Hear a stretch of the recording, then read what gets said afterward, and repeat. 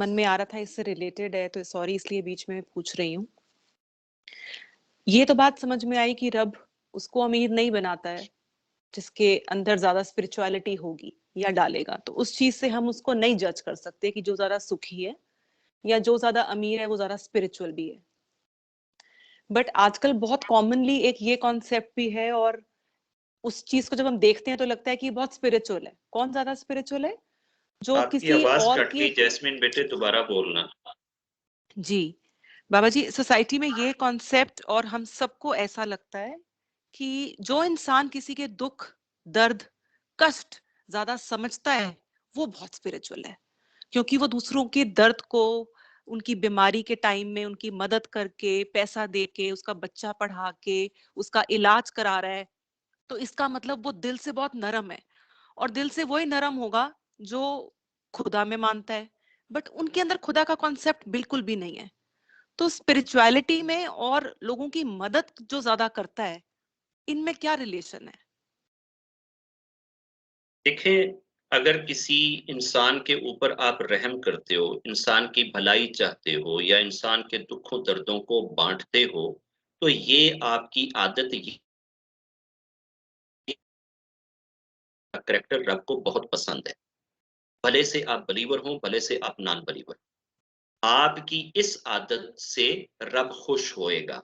अगर आप दूसरे दुनिया के इंसानों पे या जितनी भी ये ज्यूनियां फिरती हैं, जानवर हैं, परिंदे हैं, पंखी हैं, पंछी हैं, अगर आप इनके ऊपर कृपा करते हैं, दया करते हैं, इनको सताते नहीं हैं, इनके साथ भलाई करते हैं, तो ये चीज रब को और रब के बंदों को पसंद है।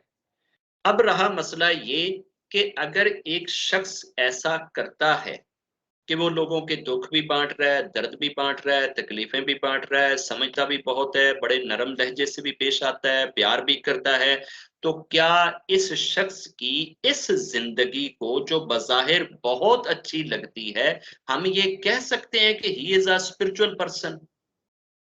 स्पिरिचुअलिटी का ताल्लुक रब और बंदे के दरमियान कनेक्शन का नाम है।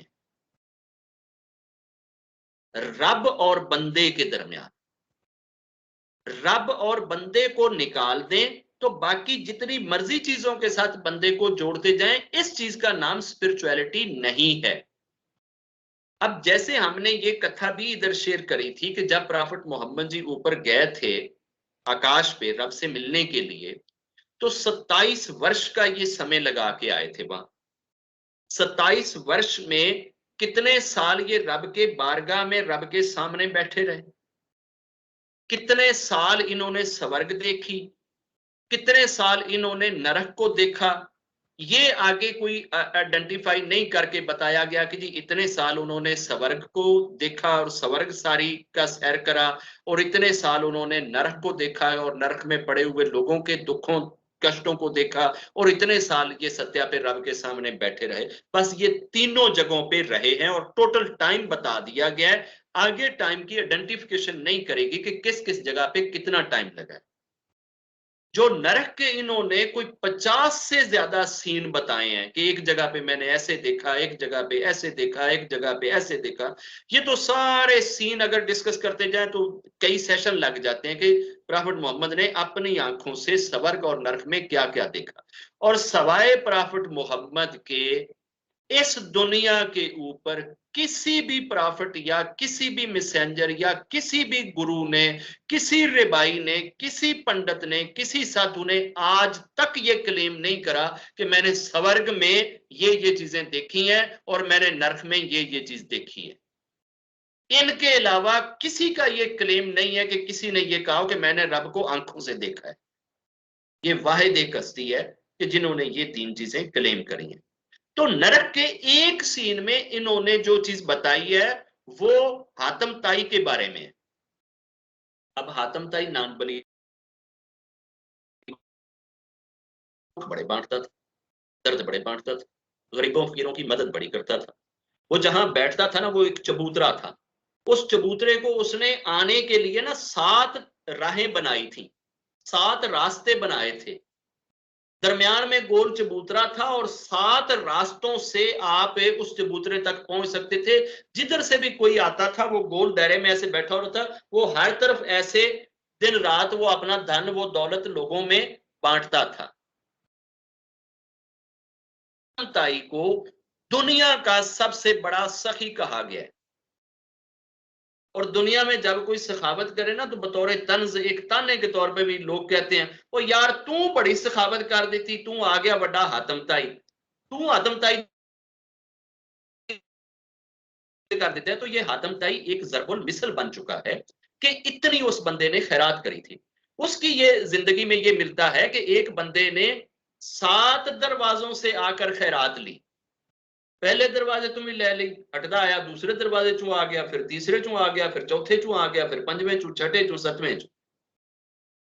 ये ज्यूश था, रोमन था, यहूदी था, यहूदी बिलीव पे था, ठीक है। अब ये जिस वक्त गया है नरक में, तो नरक में प्रॉफिट मोहम्मद ये बात कह रहे हैं। हालांकि ये बात प्रॉफिट मोहम्मद कह के अपने फॉलोअर्स को या अपने बिलीवर को एक तरह से अपने अगेंस्ट कर रहे हैं। अगेंस्ट नहीं कर रहे, जो रियलिटी है वो रियलिटी बता रहे हैं कि मैंने हातम ताई को नरक के अंदर बैठे हुए देखा। वो था बड़ी मुसीबत में, था बड़ी तकलीफ में, और बार बार अपने फोरहेड से पसीना अपना पूंज रहा था। इतनी गर्मी में बैठा था, इतनी मुसीबत में, इतनी तकलीफ में था कि बार बार अपना पसीना पूंज रहा था और ऐसे ऐसे अपने बदन को खुजला रहा था। किसमें?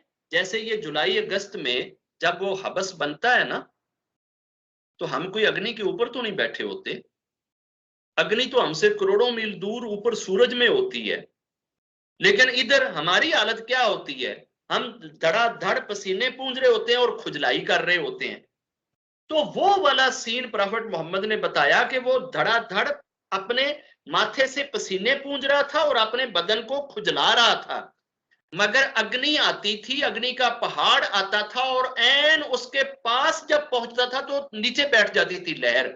जैसे समंदर की बड़ी ऊंची तह आए, वो लहर आए और आपके पांव में आकर नीचे बैठ जाए, तो उसके पास जब आती थी तो अग्नि की लहर नीचे बैठ जाती थी। तो इन्होंने एंजल जिब्राइल से पूछा कि जिब्राइल ये आदमी कौन है और इसके साथ ऐसे कैसे हो रहा है कि अग्नि आती है और इसको जलाती नहीं है, इस तक पहुंचती है और नीचे बैठ जाती है। तो उन्होंने कहा कि ए प्रॉफिट मोहम्मद जी, ये हातम ताई है, इसकी इस अदा पे रब ने ये फैसला किया है कि यार मैं भी रब हाँ, मेरा काम भी लोगों को पालना है, इन्हें भी सारी जिंदगी लोगों को पालने का ही काम किया है। चूंकि ये नॉन बिलीवर है, मैनू मनदा नहीं, इसलिए सुटो ते उन्होंने दोजख दे विच ही। लेकिन इनू इतना अजाब ना होने दिया जे, तकलीफ ना होने दिया जे, इनू अग्नि ना जलावे। अब अगर वो अरबों खरबों साल के लिए, अनएंडिंग टाइम के लिए वहां अगर बैठा भी है, और वो हमेशा हमेशा के लिए उधर से नहीं निकल रहा। हमारा तो जुलाई कतियां दिनों का होंदा है, अगस्त कतियां दिनों का होंदा है, सानू तो वो 2 महीने बांटते नहीं करने मुसीबत पै जाती है कि रब्बा ये कदों खत्म होवणगे, कदों ये गर्मी साडी जान छड्डेगी। ते जिन्हों ये पता ही नहीं है कि ये एंड होना कदों है। क्या हमें ये सिर्फ दुनिया में लोगों के दुख दर्द बांट बूंट के और 4 पैसे उन्होंने खर्च करके, ते जे अगर हातम ताई दे नाल वाला बैड सानू मिल जाए तो वारे च, अगर असं उत्थे पहुंच जाइए तो ठीक है। हम उस नरक से बचने की बात क्यों नहीं करते? हम रब को मानने की बात क्यों नहीं करते कि जिसकी बेस पे हम हातम ताई ना भी हों तो हमारी जान छूट जाए? सियासतदान ने ये हमें नहीं सोच दी, इन्हीं पंडितों ने ये सोच दी है कि जी देखो तुसी जिहड़ा है ना बस स्पिरिचुअल होना चाहिए। अच्छा जी, किवें बनिए स्पिरिचुअल? लोगों के दुख वंडिया करो, दर्द वंडिया करो, तकलीफां दे विच उन्हां दा साथ दिता करो। बिल्कुल ठीक है, असीं दुख भी वंड लवांगे, दर्द भी वंड लांगे, तकलीफ भी वंड लांगे, जावांगे फिर भी असीं नरक दे विच ही। और जरूरी तो नहीं है कि ਉਹਦੇ ਲਈ ਤੇ ਰੱਬ ਨੇ फैसला कर दिता सी कि ਇਹਦੇ तक अग्नि ना जावे। ਤੇ ਜੇ ਸਾਨੂੰ ਰੱਬ ਕਹਿ ਦੇਵੇ ਕਿ 5 ਫੁੱਟ ਤੱਕ ਇਹਨਾਂ ਨੂੰ ਅਗਨੀ ਸੜ ਵਿੱਚ ਸਾੜਿਆ ਜੇ, ਇਸ ਤੋਂ ਉੱਤੀ ਨਾ ਕਰਿਆ ਜੇ, 1 ਲੱਖ ਫੁੱਟ ਗਹਿਰਾ ਇਹਨਾਂ ਨੂੰ ਨਾ ਲਿਜਾਓ, ਇਹਨਾਂ ਨੂੰ ਸਿਰਫ 5 फुट गहरा कर दो। नरक के किनारे होंगे ना, जहां से नरकी लोग निकलने की कोशिश करेंगे, बाहर किनारे पे आके वहां पे एंजल खड़े होंगे, उनके हाथ में गुरज होएगा। गुरज कहते हैं लोहे के राड को। उसका वजन कितना होएगा? 70 मन।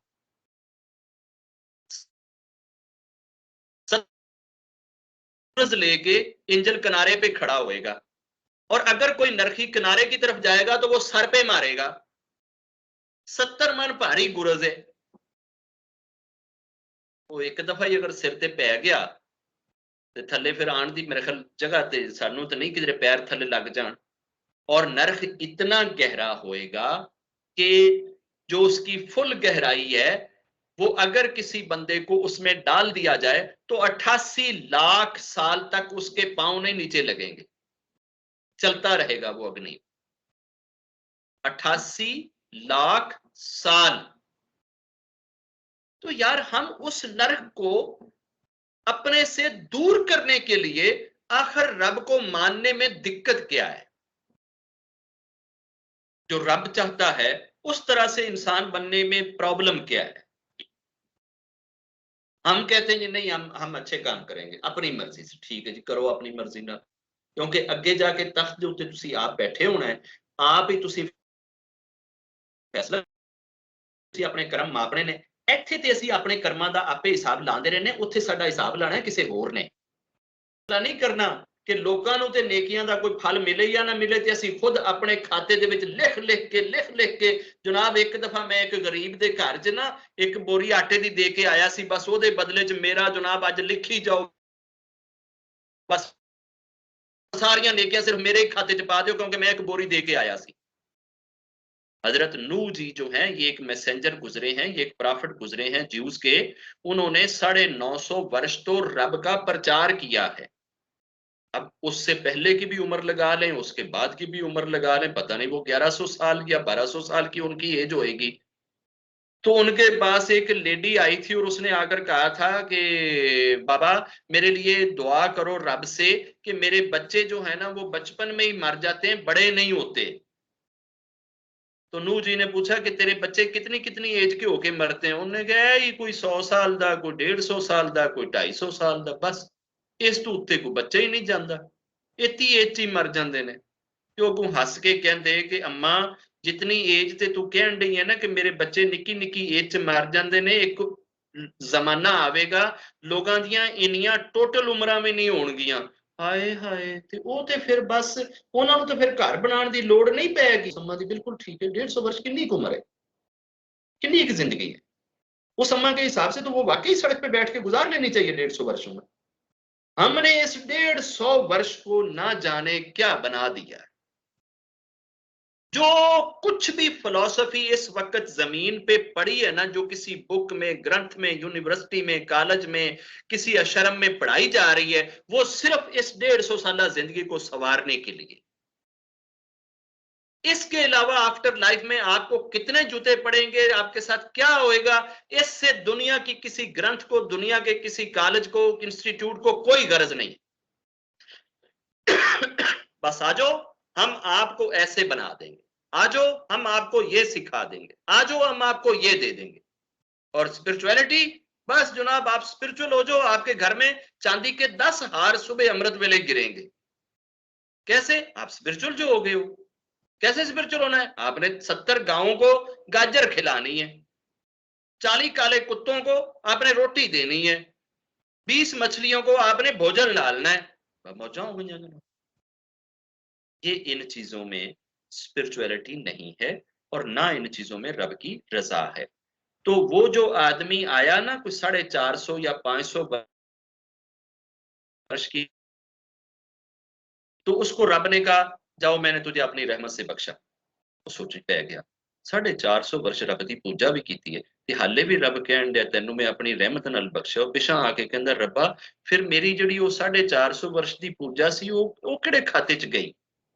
रब ने कहा आजा आप हिसाब कर लेने, आ जाओ अभी कर लेते हैं हिसाब। तो हिसाब जब किया तो 450 वर्ष की जो पूजा थी वो डाल दी एक पलड़े में, और दूसरे पलड़े में एंजल से कहा इसकी एक आंख डाल दो। और जब एक आंख डाली तो वो आंख वाला पलड़ा नीचे लग गया और 450 वर्ष की पूजा जो है ना वो ऊपर खड़ी होगी। तो रब ने कहा भी हाँ भाई, अभी बाकी दूसरी आंख का और तेरे दांतों का, नाक का, कान का, हाथों का, जिगर का, मैदे का, स्टमक का, और जनाब तेरे लंग्स का, ये बाकी सारा तो हिसाब बाकी है। ये तो आंख का ही नहीं वजन पूरा हो रहा। कोई और पूजा है तेरे पास है? कोई और तूने सेवा करी है किसी की, कोई किसी गरीब के साथ कोई एहसान किया है, कोई तूने कोई उधर मंदिर शंदर खोला है, कोई लंगर शंगर खोला है? उसने कहा जी बस है इसी जड़ी 450 वर्ष की पूजा से। 450 वर्ष की तेरी पूजा तो एक अंक का भी बदला नहीं हो सकी, अब आगे बता मैं आगे तेरे साथ क्या करूं? तो वो वापस आ गया, कहता रब्बा बस अपनी रहमत नाल बख्श दे। तो भाई रब को मानोगे तो चाहे रहमत नाल ही बख्शे जाओ, बख्शिश का कोई बहाना ते बन जाएगा ना। ते जे रब नू ही नहीं मनोगे ਤੇ ਰੱਬ ਤੁਹਾਡੀ ਸਾਰੀ ਦੀ ਸਾਰੀ ਪੂਜਾ ਨੂੰ ਵੈਸੇ ਹੀ ਕਵੇ ਜਾਓ मैं ਤੁਹਾਡੀ पूजा ਮੰਨਦਾ ही नहीं, ਤੁਸੀਂ ਮੈਨੂੰ नहीं पूजा, फिर की कर लो? अगर हम यहाँ पे दुखियों के दुख भी बांटते रहें, गरीबों की गुर्बत भी दूर करते रहें, बीमारों का भी हाल पूछते रहें, ये सारी चीजें अगर हम लेकर जाएं, चीजें अच्छी हैं, काम भी ठीक है, सारी हम पहाड़ इकट्ठे कर लें, और जिसके पास ले जाना है अगर वो ना ले तो क्या कर लोगे? जबरदस्ती है उसके साथ। वो कहेगा तुमने मुझे नहीं सारी जिंदगी माना इसलिए मैं तुझे नहीं सारी जिंदगी मानता, मैं तेनू मनदा ही नहीं। फिर हम क्या कर लेंगे? हम अपनी करेंसी लेके, इंडियन करेंसी लेके यूके में चले जाते हैं, हम जाते हैं जनाब दही वाले के पास, वो कहता है भाई मैं इस करेंसी को मानता ही नहीं। हम कहते हैं यार बड़ा बेगैरत आदमी, हम चलो जाकर आगे से ना वो पराठे वाले से पराठा ले लेते हैं। डबल रोटी वाले को देते हैं, वो कहता है भाई हम ये इस करेंसी को नहीं मानते, ले जा। हम कहते हैं चलो छोड़ो यार, जाके उठे आलू के चिप्स खा लेने। भाई जहां भी ले जाएं अगर कोई मानेगा नहीं तो क्या कर लोगे? उनका कोई क्या जबरदस्ती है कि नहीं जनाब मेरे को रुपए है मैनू इस वास्ते दही दो ही दो, नहीं अगला देता तो क्या कर लोगे? ऐसे ही रब अगर माने ही ना, सारी तुम्हारी अच्छी नेकियां हो, तुम्हारे सारा कुछ अच्छा हो, हर चीज ठीक हो, इसके बावजूद वो रब कह दे कि जा मैं नहीं मैं मैनू चाहिए नहीं, ले जा, जा जाके जिथे बेचनी बेच ले, जिथे जाके पानी पा ले जा इनू, मैनू कोई लोड़ नहीं तेरी नेकियां दी। ओनू नेकियां दी केड़ी परवाह है? वो जेदियां नेकियां करने वास्ते अरबां खरबां एंडलेस एंजल दिन रात ओदी पूजा पाठ तपस्या जप कीती जा रहे ने, ਉਹਨੇ ਸਾਡੇ ਇਹ ਟੁੱਟੇ ਭੱਜੇ ਆ ਜਿਹੜੇ ਮਤਲਬ ਕਿ ਹੈਗੇ ਨੇ ਭੱਜਣ ਤੇ ਟੁੱਟੀਆਂ ਭੱਜੀਆਂ ਸਾਡੀਆਂ ਇਬਾਦਤਾਂ ਤੇ ਟੁੱਟੀਆਂ ਭੱਜੀਆਂ ਸਾਡੀਆਂ ਸੇਵਾ ਤੇ ਇਹਨਾਂ ਚੀਜ਼ਾਂ ਦੇ ਵਿੱਚੋਂ ਕੀ ਕੱਢ ਲੈਣਾ ਉਹਨੇ? ਕੀ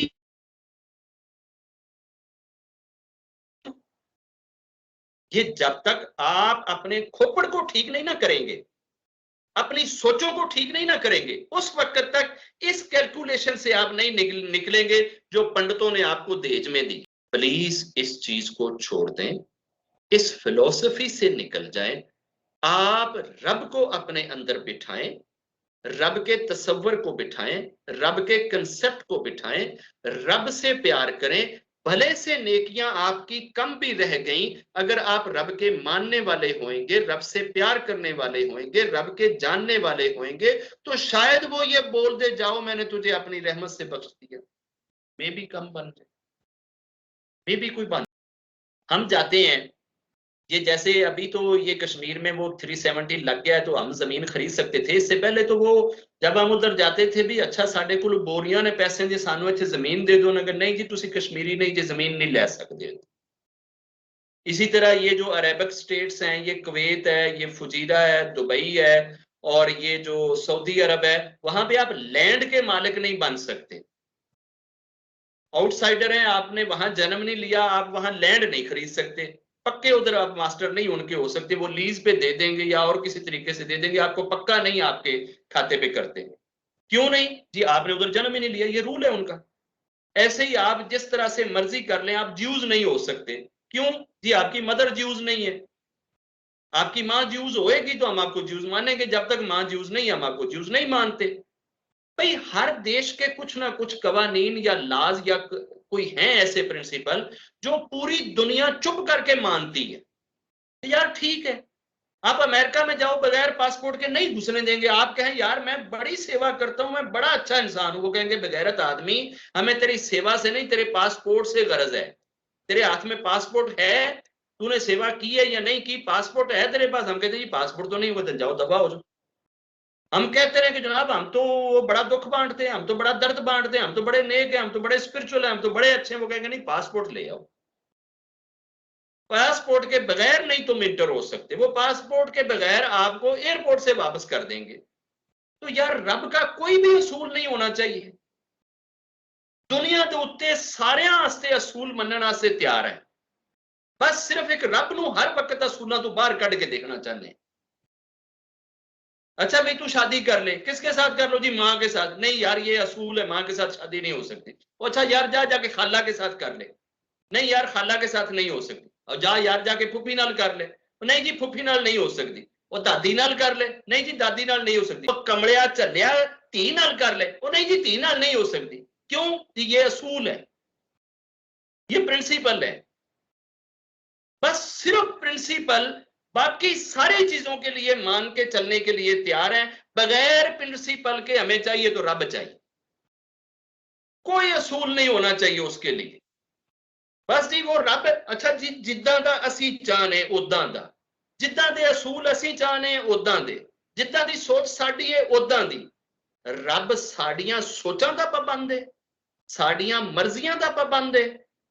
ਅਸੀਂ ਆਦੀ ਮਰਜ਼ੀ ਨਾਲ ਚੰਗੇ ਬਣ ਜਾਈਏ, ਨੇਕ ਬਣ ਜਾਈਏ, ਅੱਛੇ ਬਣ ਜਾਈਏ, ਹਮਦਰਦ ਬਣ ਜਾਈਏ, ਦੁੱਖ ਵੰਡਣੇ ਵਾਲੇ ਬਣ ਜਾਈਏ, ਦਰਦ ਵੰਡਣੇ ਵਾਲੇ ਬਣ ਜਾਈਏ, ਸੇਵਾ ਕਰਨ ਵਾਲੇ ਬਣ ਜਾਈਏ, ਲੰਗਰ ਚਲਾਉਣ ਵਾਲੇ ਬਣ ਜਾਈਏ, ਤੇ ਹੁਣ ਜਾ ਕੇ ਰੱਬ ਨਾਲ ਧੱਕੇ ਕਰਾਂਗੇ ਕਿ ਰੱਬਾ ਹੁਣ ਤੇਰੇ ਨਾਲ ਸਾਡਾ ਧੱਕਾ ਹੈ, ਘੱਲ ਸਾਨੂੰ ਸਵਰਗ ਦੇ ਵਿੱਚ, ਅਸੀਂ ਤੇ ਜਾਣਾ ਹੈ ਹੁਣ ਸਵਰਗ ਦੇ ਵਿੱਚ।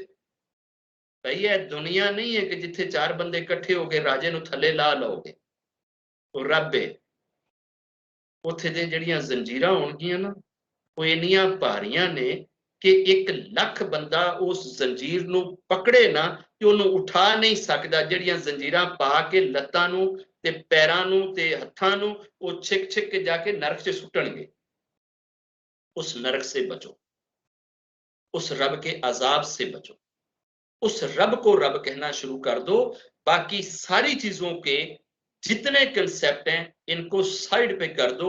रब के कंसेप्ट को प्रायोरिटी नंबर 1 पे खड़ा कर दो कि पहले हमने रब को मानना है, रब को समझना है, रब को कन्फेस करना है, रब को जानना है। उसके बाद नेकी दे विच अगर कोई कमी रह गई तो वो असी रब दी रहमत ते उम्मीद करने तो अपनी रहमत दे नाल पूरा कर देगा। अगर असी सिर्फ नेकियां नूं गिणन दे खाते च पै गए तो मन लेगा सारियां ले आओ आ जाओ। ਇਹ ਜਿਹੜਾ ਇੱਕ ਨਾਖਨ ਦਿੱਤਾ ਸੀ ਇਹ ਛੱਡੀ ਤੁਹਾਡੀ ਉਂਗਲੀ ਨੂੰ, ਪੰਜਵੀਂ ਉਂਗਲੀ ਨੂੰ ਛੋਟਾ, ਇਹ ਨਾਖਨ ਦੂਸਰੇ ਪਾਸੇ ਰੱਖ ਦਿਓ। ਸਾਰੀ ਜ਼ਿੰਦਗੀ ਇਸ ਨਾਖਨ ਨੇ ਮੇਰੀ ਇਸ ਉਂਗਲੀ ਨੂੰ ਇਸ ਜਗ੍ਹਾ ਤੋਂ ਜ਼ਖਮੀ ਹੋਣ ਤੋਂ ਬਚਾਇਆ ਹੈ ਨਾ, ਇਹ ਨਾਖਨ ਹੀ ਰੱਬ ਦੂਸਰੇ ਪਾਸੇ ਰੱਖ ਦੇ। अगर नाखन का बदला भी ना हो सकी तो फिर की करना, किधर जावांगे फिर? तो रब को रब के तौर पे तस्लीम करना जरूरी। बहुत सारी दुआएं और ढेर सारा प्यार।